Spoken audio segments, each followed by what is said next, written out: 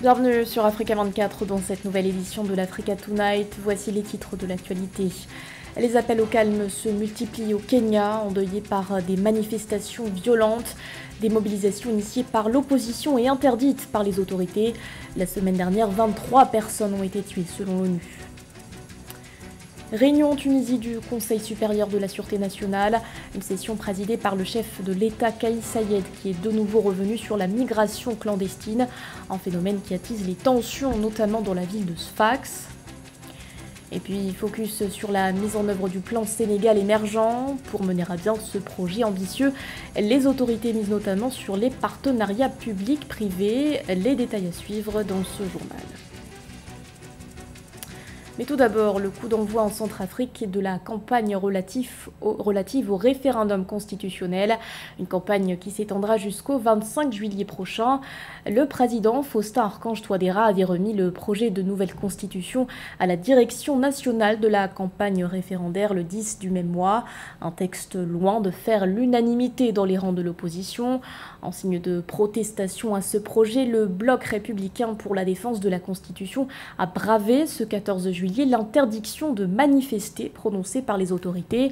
Le BRDC estime que ce texte va permettre à l'actuel chef de l'État de briguer un troisième mandat. Rappelons que le référendum constitutionnel est prévu le 30 juillet prochain. Les tensions restent vives au Kenya après de violentes manifestations qui ont endeuillé le pays. 9 personnes sont décédées le 12 juillet lors d'une mobilisation de l'opposition qui avait été interdite par les autorités. Leurs cris de colère, la perte de leur pouvoir d'achat et la nouvelle loi des finances. Face à ces tensions, les appels au calme se sont multipliés. Gladys Momba. Au moins 9 personnes tuées et plus de 300 arrêtées. C'est le dernier bilan dressé au Kenya après les manifestations anti-gouvernementales du 12 juillet contre le coût de la vie et les nouvelles taxes. Des manifestations organisées dans plusieurs villes kenyanes à l'appel de l'opposant Raila Odinga et interdites par les autorités. L'ONU s'inquiète du climat de tension qui prévaut dans le pays. Le Bureau des droits de l'homme des Nations Unies est très préoccupé par la violence généralisée et les allégations de recours inutiles ou disproportionnés à la force, y compris l'utilisation d'armes à feu par la police lors de manifestations au Kenya. Les rapports affirment que jusqu'à 23 personnes ont été tuées et des dizaines blessées au cours des manifestations de la semaine dernière. Suite aux accusations d'usage de balles réelles par la police kenyane pour réprimer les manifestations du 12 juillet, le Haut Commissariat des Nations Unies aux droits de l'homme appelle à l'ouverture d'enquêtes dans les plus brefs délais. Le clergé kényan est également sorti de sa réserve le 14 juillet en exhortant le président William Ruto à l'abrogation de la loi de finances de 2023 qui cristallise les tensions. Votre Excellence, nous vous exhortons à ouvrir la voie du dialogue et aux consultations pour répondre aux griefs de longue date et profondément enracinés dans le pays afin de promouvoir la guérison et la réconciliation. Alors qu'une nouvelle série de manifestations est prévue la semaine prochaine, le clergé appelle l'opposition à ne pas manipuler l'opinion et à renoncer aux mobilisations, préjudiciables selon lui pour la situation économique du pays. Le 14 juillet, le président William Ruto a annoncé l'interdiction des prochaines manifestations. Cependant, il s'est dit prêt à rencontrer la principale figure de l'opposition, Raila Odinga. Dans l'actualité également, nous refusons d'être une terre de transit ou une terre d'accueil.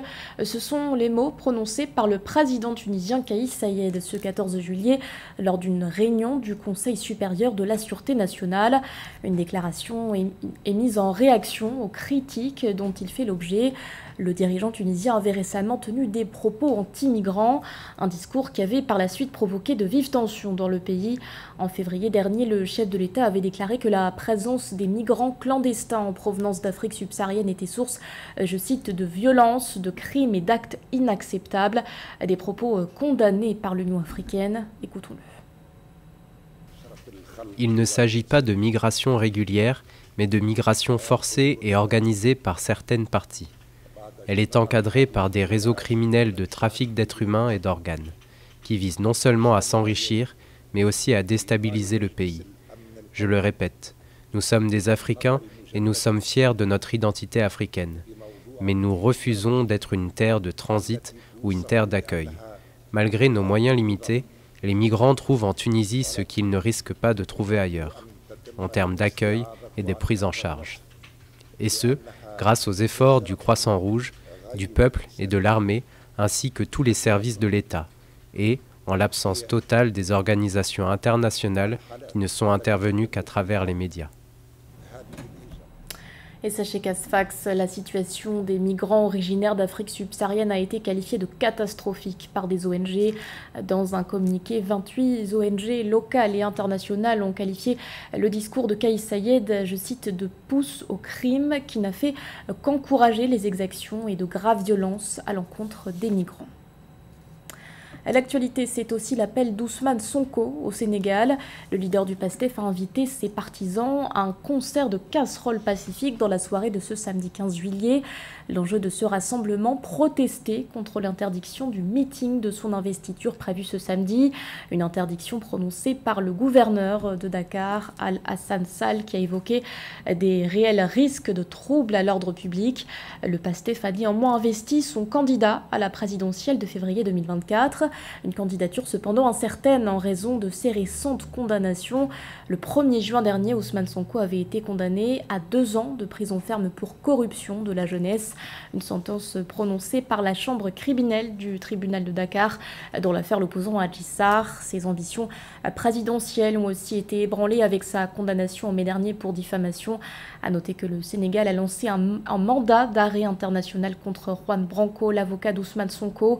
Un mandat émis pour crimes et délits relatifs aux violences survenues en juin dernier dans le pays.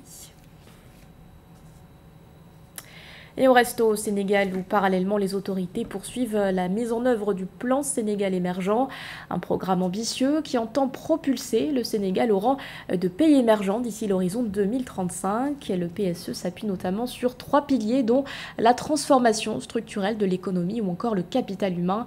Objectif affiché, faire en sorte que le taux de croissance annuel dépasse les 7%. Les précisions de Cher Omar Kamara. Pour accélérer le processus de développement, le Sénégal a mis en œuvre le plan Sénégal émergent PSE et les plans d'action prioritaires 2014-2018 couvrant la période 2014-2035 et 27 projets phares. Le PSE vise une croissance annuelle d'au moins 7% pour contribuer à l'objectif du président Macky Sall d'éliminer le chômage et de créer ainsi 500 000 emplois pendant son mandat. Durant les 11-12 années de la magistrature du président, le Sénégal a connu un taux de croissance moyen de 6%. En 2023, nous attendons un taux de croissance entre 8 et 10%. Le taux de croissance, qui est la capacité de l'économie à grandir, à croître, montre qu'effectivement tous les investissements qui ont été faits par le président Macky Sall ont permis d'enclencher la prospérité du Sénégal.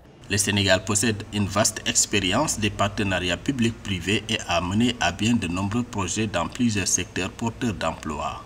Le Sénégal est et restera un pays open to business sur la voie tracée par son Excellence M. Macky Sall, président de la République.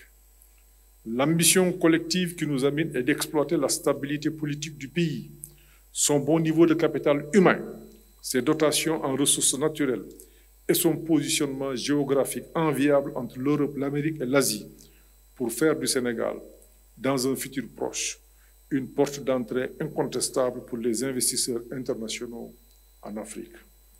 Dans ce contexte, le Sénégal est déterminé à mieux utiliser les partenariats publics-privés pour mettre en œuvre des projets inscrits au PSE dont les coûts totaux sont estimés à plus de 1 587 millions de francs CFA.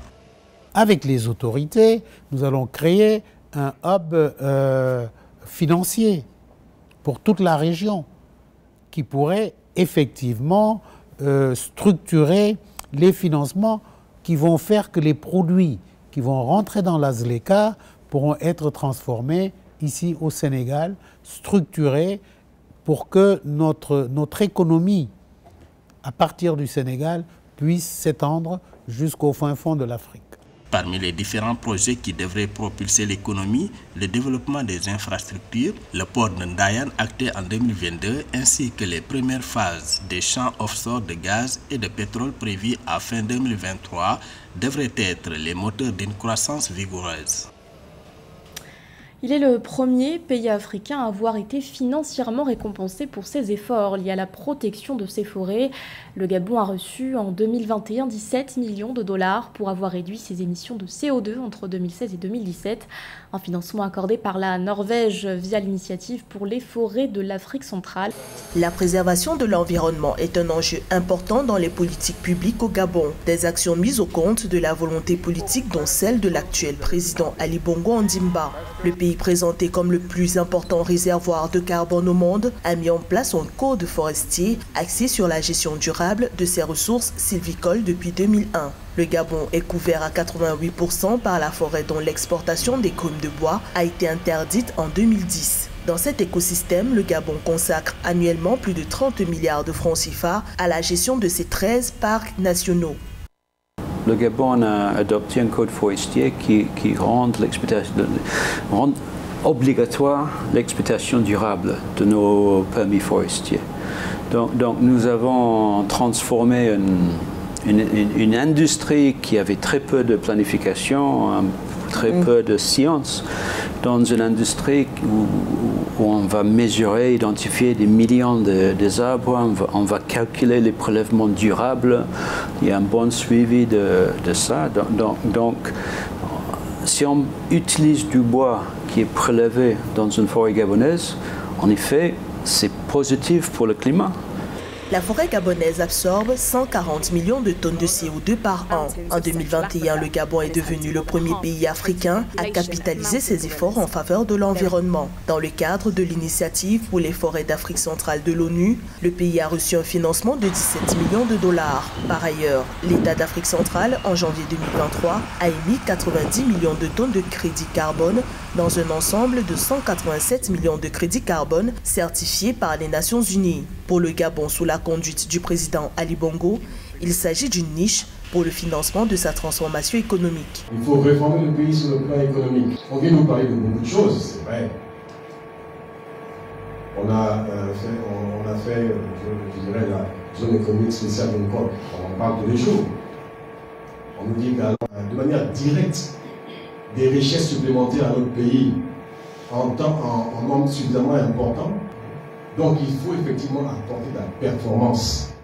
L'expérience du Gabon dans la préservation de l'environnement a été saluée lors du One Forest Summit les 1er et 2 mars 2023 à Libreville. Des assises qui se sont conclues par la signature de partenariats de conservation positive dotés d'un premier budget de 100 millions d'euros ainsi que de la création de 10 millions d'emplois d'ici 2030 dans les activités liées à l'exploitation durable des forêts tropicales. Dans l'actualité sportive à présent, fin du suspense pour les sélections africaines. Ce jeudi 13 juillet, la Confédération africaine de football a procédé au tirage au sort des éliminatoires du Mondial 2026. Une prochaine Coupe du Monde particulièrement attendue en raison notamment de sa nouvelle configuration avec la participation de 48 équipes. Marie-Raphaël Antolo.